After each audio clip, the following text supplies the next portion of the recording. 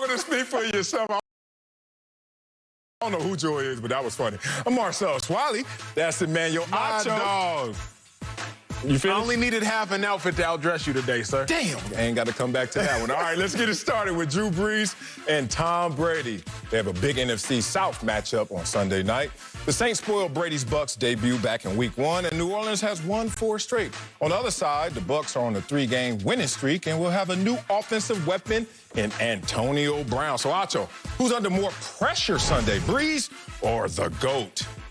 My dog, it's obviously Tom Brady. And the GOAT? It's the GOAT. It's the GOAT, Tom Brady, because of just what you said. Because he is the GOAT. You don't look at Tom Brady and Drew Brees in the same night. Not you, the figurative you, the proverbial you. Okay. We don't look at Tom Brady and Drew Brees in the same light. Yeah. They're not in the same conversation. Yeah. Tom Brady is, like you said, the GOAT, the greatest of all time. Drew Brees is an all-time great. And there's a very big difference between being the greatest of all time and being an all-time great. Because we look at Tom Brady as the greatest of all time, he has a higher expectation. He has a higher ceiling. He has more to lose. Drew Brees is a great football player again and one of the greatest in the decade. But Tom Brady is the greatest of the decade. Yeah. Tom Brady is the greatest to have ever done it. So when you're talking about who has more pressure, I've told you this before. Pressure to me, Marcellus, is who has more to lose. Expectations minus reality is where you're getting at. That's that disappointment. Yeah, I like that. Tom Brady, he has the more expectations. His team should be better.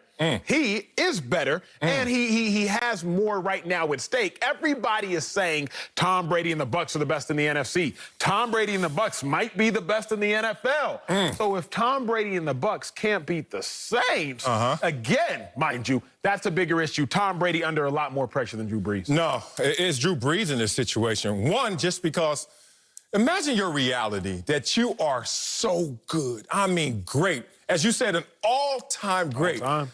And you are basically better than anyone else in your era in terms of playing the position. There's an argument for a guy or two, but there's one guy that there's no argument for. Who that? And that guy is Tom Brady. There's no argument when you say Drew Brees versus Tom Brady. You're like, damn it. But if you say Drew Brees versus anyone else in this era, including Aaron Rodgers, you got you a strong argument. So imagine if you're Drew Brees in that situation. You're like, I can't beat this guy in anything. I'm trying to go head-to-head with him in terms of passing yards every single week. That changes. And if Drew Brees retires at the end of the year, we know Tom Brady's going to continue to play and pass him up there. What about in passing touchdowns? We go back and forth. Oh, in completions, we go back and forth. I'm trying to get my all-time status solidified. And then Tom Brady has me beaten every single category, including he's the GOAT. Including he has, what, 9 conference championships, 6 Super Bowl rings. I can't compare to any of that.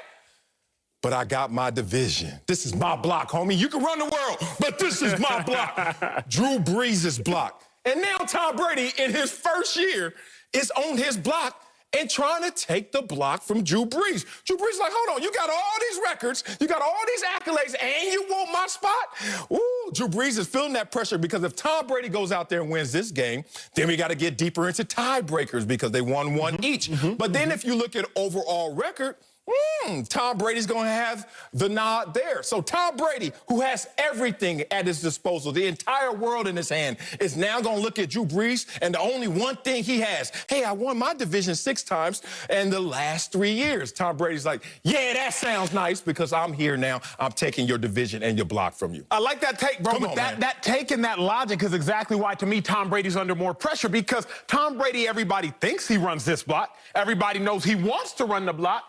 But right now, Tom Brady don't run the block. Drew Brees still does. Tom Brady's under the pressure because everybody's looking at you like, hey, Tom, you're supposed to come over and take over. You're supposed to come over and not only run the NFC, at least run the division. If you can't run the division, surely you can't run the NFC. So when I look at it, I'm like, wait a second, Tom, you got all this firepower, but you still can't get past the Saints. Let me talk about this full screen, which I have. Did you because just do that? Let me talk about the full screen, which I got to show you. Look at the Week 1 difference. Week 1, they only scored 23 points. The Buccaneers lose to the Saints 34-23. But since then, Marcellus, the Buccaneers have outscored their opponents greater than anybody in the NFL. Yes. So week 1, you lose to the Saints. Then you don't lose again until you lose to the Bears on Thursday Night Football, a short week, and you lose by 1 point. Outside of that, you have outscored everybody. If you come back, Marcellus, and you play the Saints again, the same team which you lost to week 1, you now play them again and you lose again. That means that you're drastically better than everybody else. except for the Saints. It's a lot of pressure. The last thing I'm going to say is this. Tom Brady's never been swept in his division, ever. Ever been swept in his division by a team. If they lose to the Saints, that's a historical mark, a historical dent on Tom Brady. That's pressure, big dog. That is pressure, and I'm not going to fight so much at that. But if you still lose to the Saints this week, you can still win this division, which is interesting because the Saints could find themselves losing out in division because of the win column. For sure. Right? Right now, Tom Brady has one advantage in the win column. Like, they played one more game, but that's still one more win in the win column. So we don't know how it's going to play out. But I want to stay focused in on Drew Brees versus Tom Brady.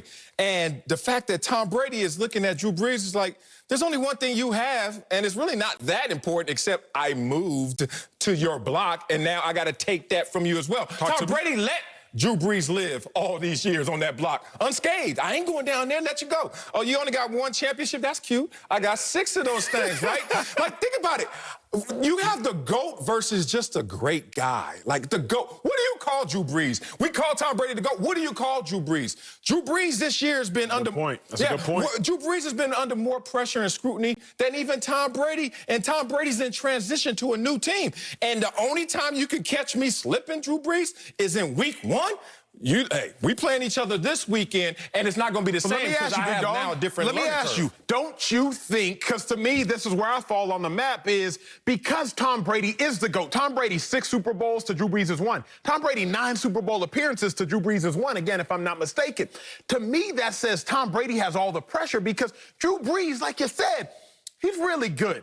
But when we kick back and think about it, Drew Brees doesn't belong in the same conversation as Tom Brady. I know. So Tom Brady doesn't really, like, Drew Brees is sitting here like, I ain't really got nothing to lose because nobody's ever going to view me as Tom Brady. No, you have everything to gain. It's not about you have nothing to lose. It's I have everything. I got to close this gap in the ways I can. I talked about it. Passing yards, they're going 1 and 2 all time.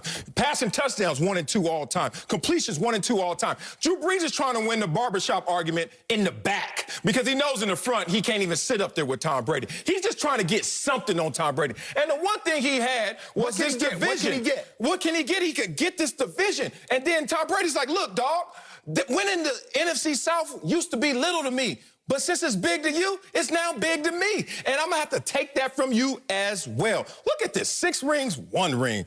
3 MVPs. How many you got, Drew? Oh, damn, dog. It's like that. So when you look at me, I have a dynasty behind me already packed up in the luggage where I really live. This is my side crib. And then this is where you live, and that's all you have?